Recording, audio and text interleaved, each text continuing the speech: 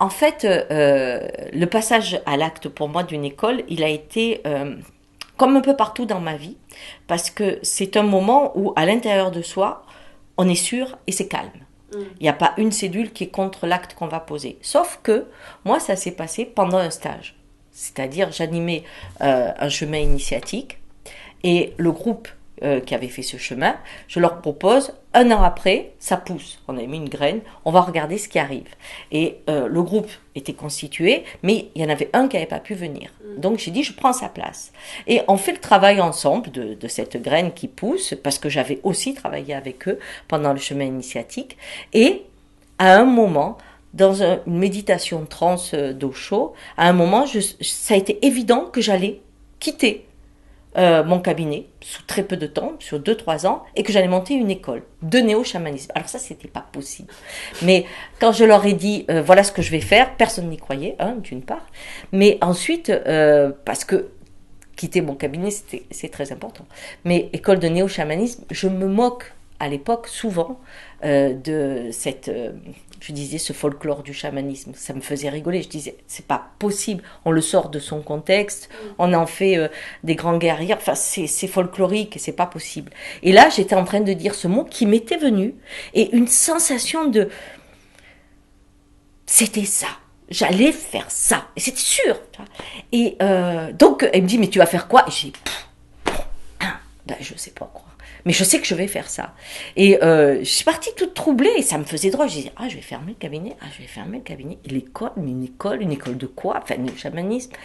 Et j'ai commencé la nuit à avoir des rêves.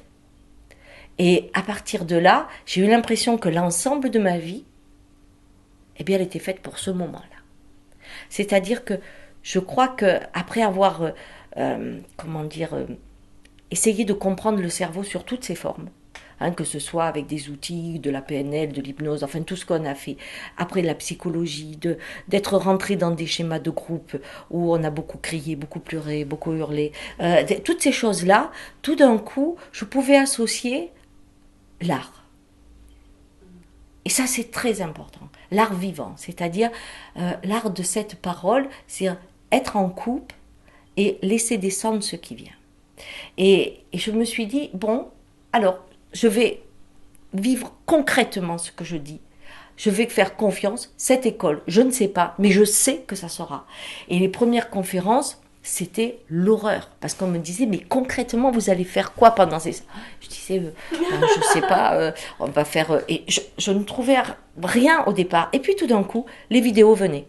Par exemple, je comprenais que ma façon de voir la réalité, des fois, je me trouve dans des périodes différentes, hein, dans une rue où je dis, oh bah tiens, là, on ira à la boulangerie. Mes enfants me disent, mais elle n'existe pas, ta boulangerie. Puis elle existe quelques mois après ou autre. Donc ça perturbe quand ces réalités se superposent. Et donc je me suis dit, tiens, bien peut-être que c'est important de regarder qu'est-ce que la réalité. Et c'est venu comme ça. Mais du coup, j'ai eu toutes les informations. J'ai eu des films qui sont venus. Et la nuit, ça descendait. Et là, j'ai commencé à vivre l'école dans la dynamique chamanique, c'est-à-dire pas à pas, à chaque heure, à chaque groupe, laisser la belle parole agir. Et je me suis dit, si je dois enseigner quelque chose, c'est ça. C'était cette capacité à danser avec le monde, à laisser l'énergie circuler en nous, à ne pas avoir peur de l'autre et à remettre en cause les bases de notre conditionnement qui nous empêchent cette liberté. Et au fil de l'année, ça s'est révélé. Des outils se sont révélés où j'étais la première étonnée. Je veux dire, quand on a fait le piano chamanique, c'était pour moi, je me disais, oh, c'est quand même vachement chouette ce truc. Le pipeau, n'en parlons pas. Je disais, ah, c'est beau. Et même les vibrations, tout ça, les conversions énergétiques. Maintenant, je peux mettre des mots. Mais quand j'ai commencé, il n'y avait aucun mot. Il y avait comment on amène quelqu'un à être dans l'intuition. Comment on amène à quelqu'un à perdre le temps pour être dans l'espace et juste là. C'est pas facile. Donc chaque fois je me dis comment je fais ça, hop, et ça venait. Et voilà. Et donc aujourd'hui c'est un engagement pour moi, les roues aussi. Quand j'ai travaillé avec des chamans, on faisait des roues et j'aimais les 4 directions, j'aimais tout ça. J'avais l'impression que c'était ma maison. Et là aujourd'hui, chaque roue quand je la vois prendre sa vie, quand je la vois devenir forte et donner des réponses toute seule, sans moi, je suis le premier spectateur de ça. Et ce qui m'émerveille, c'est qu'une fois que c'est fini, j'oublie.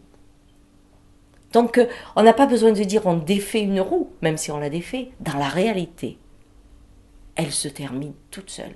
Je ne peux pas la garder en mémoire. Et donc, c'est cette fraîcheur de la créativité que je vis aujourd'hui et que j'enseigne avec bonheur, je crois. En tout cas, enfin, c'est ce que je ressens.